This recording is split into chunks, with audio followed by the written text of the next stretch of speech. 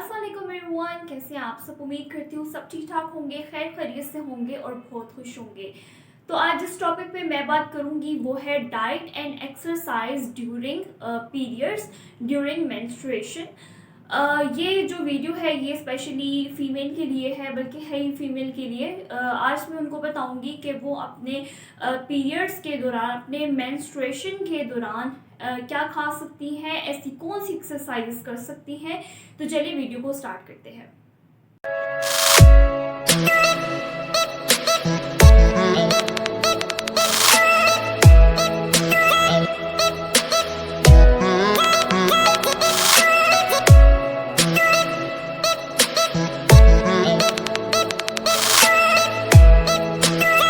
तो सबसे पहले हम डिस्कस करेंगे कि मेंस्ट्रुएशन साइकिल होता क्या है। ठीक है, मेंस्ट्रुएशन साइकिल जो होता है वो 28 डेज तक चलता रहता है, लेकिन आपको जो एक्चुअल पीरियड्स आते हैं वो महीने के बाद, यानी कि 28 डेज के बाद आपको हर मंथ रेगुलरली आते हैं। ठीक है, तो जो 28 डेज के दौरान आपका जो साइकिल है, ठीक है, जिसको हम मेंस्ट्रुएशन साइकिल कहते हैं, तो क्या होता है, वो आपकी बॉडी में हार्मोन की जो चेंजेस है वो होती रहती हैं। 4 टाइप्स के फेजेस होते हैं मेंस्ट्रुएशन साइकिल में। फर्स्ट फेज को हम कहते हैं मेंस्ट्रुएशन, सेकंड फेज को कहते हैं एवुलेशन, थर्ड फेज को कहते हैं ल्यूटियल फेज, और नंबर 4 फेज को कहते हैं फोलिकुलर फेज। तो ये ऐसे 4 फेजेस हैं जो कि आपके 28 डेज के अंदर अंदर ये आपका जो साइकिल है वो चलता रहता है।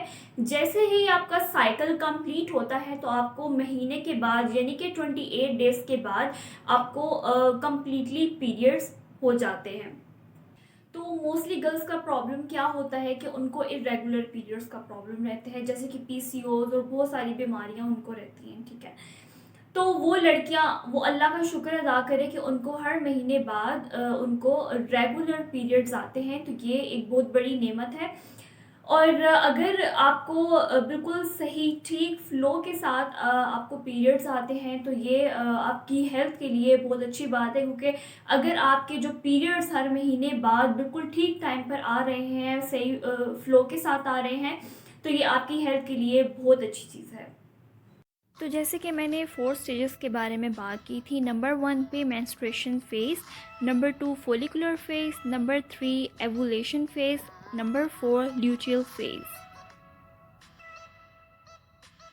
तो अब हम बात करेंगे मेंस्ट्रुएशन फेज़ की। तो ये मेंस्ट्रुअल साइकिल का पहला स्टेज होता है जो कि आपके पीरियड्स के स्टार्ट होने में ही स्टार्ट हो जाता है।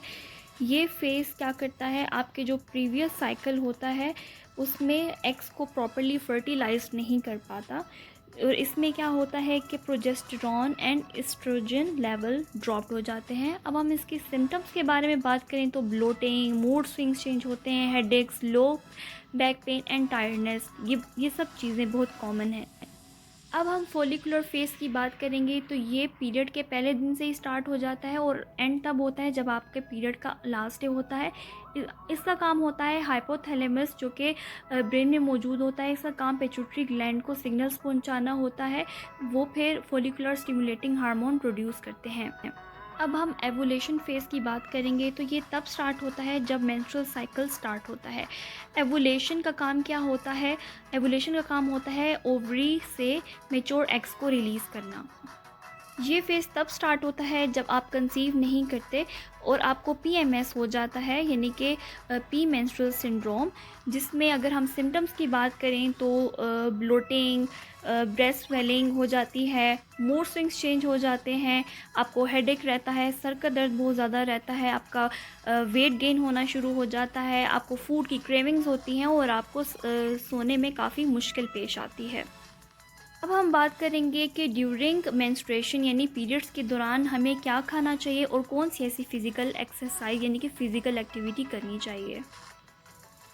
तो सबसे पहले हमें कौन सी चीज़ें नहीं खानी चाहिए। Avoid saturated fats such as butter, cream and potato chips. ये सब चीज़ें आप ड्यूरिंग मेंस्ट्रुएशन में नहीं खा सकते, क्योंकि ये आपकी सेहत को भी मुतासिर करेंगे और आपको काफ़ी ज़्यादा पेन भी होगा।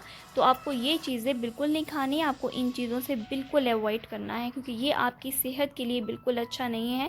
तो कोशिश कीजिए जितने भी फैटी फूड्स हैं जैसे cream, butter and potato chips, ये सब चीज़ें नहीं खानी है। फैटनिंग वाली चीज़ें बिल्कुल नहीं खानी है।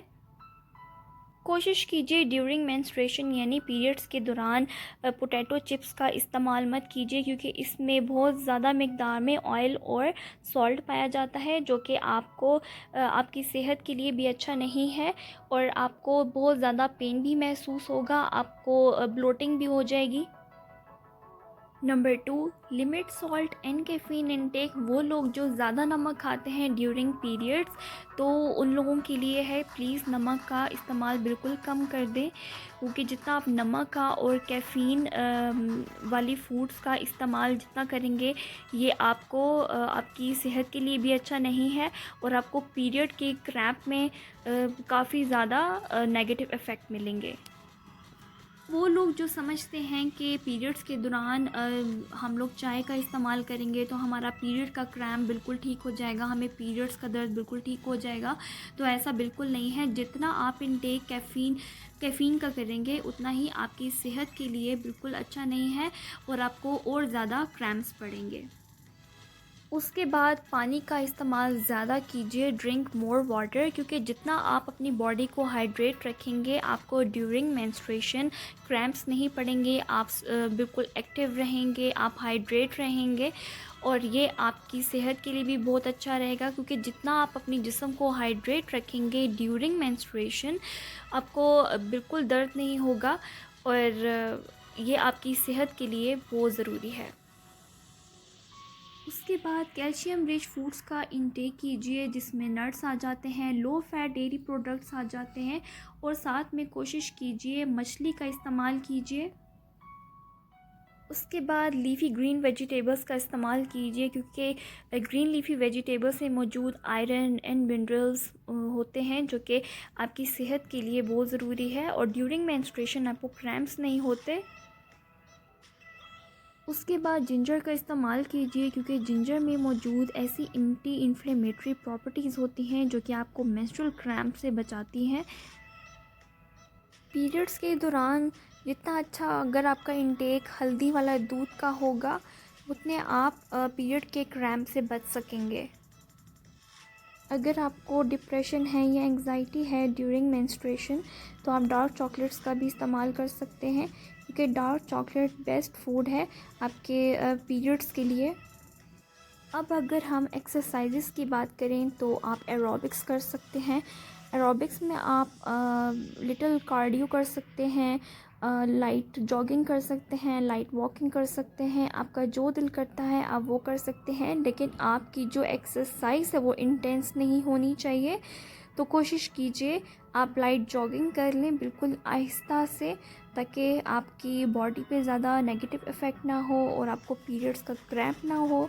तो कोशिश कीजिए आप लाइट वॉक कर सकते हैं, तो ये आपकी सेहत के लिए बहुत ज़रूरी है, क्योंकि पीरियड्स में मूड स्विंग्स चेंज होते हैं, तो वर्जिश करना बहुत ज़्यादा ज़रूरी है।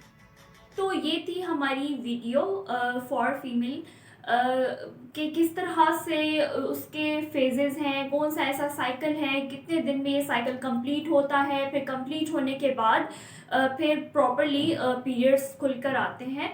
तो आई होप आपको एक एक स्टेप समझ आ गई होगी, और अगर आपको फिर भी समझ नहीं आए तो प्लीज़ मुझे कमेंट सेक्शन में बता दीजिएगा, मैं आपको इंशाल्लाह ज़रूर रिप्लाई करूँगी। और चलें जी, मिलेंगे नेक्स्ट वीडियो में, तब तक के लिए अपना बहुत ख्याल रखिएगा। अल्लाह हाफिज़।